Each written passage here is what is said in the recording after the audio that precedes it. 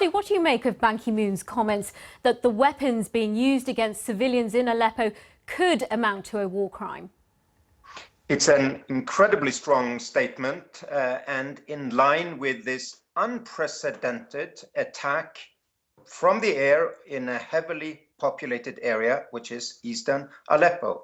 But the Secretary General says that this use of indiscriminate weapons, incendiary weapons, big bunker buster bombs and so on, could be war crimes. Yes, indeed. This is a place full of women, children, wounded, sick, elderly. And on that note, we're also hearing of the bombing of this water pump in Aleppo. What more do you know about that? Well, yes, this water pump was hit apparently repeatedly. It is now not functional. So the 250,000 civilians in Eastern Aleppo are now without drinking water. Apparently, the armed men then in East Aleppo responded by cutting water supplies to West Aleppo, which is government held, but one wrong doesn't merit making another. We're hearing of the most desperate situation in Aleppo. What do you think is the most pressing need there? Well, really, it's three things now. They have to stop this bombing of civilians.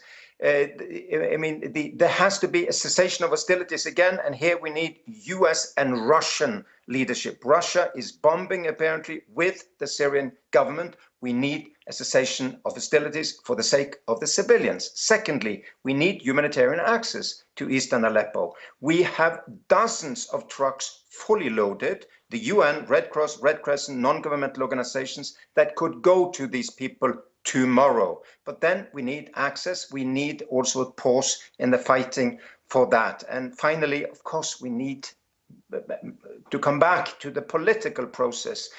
Many seem to believe there is a military solution here. You know, you can bomb your way to a solution. You cannot. There is only a political solution. At this moment in time, have you been able to resume any aid convoys in Syria?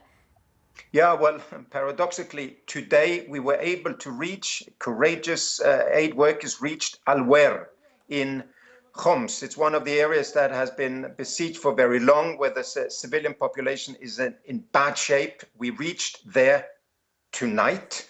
We were reaching Muadamiyah, which is a opposition-held besieged area outside of Damascus on Thursday, and we hope to go to other places tomorrow. So there is not a lack of will by the UN to aid people.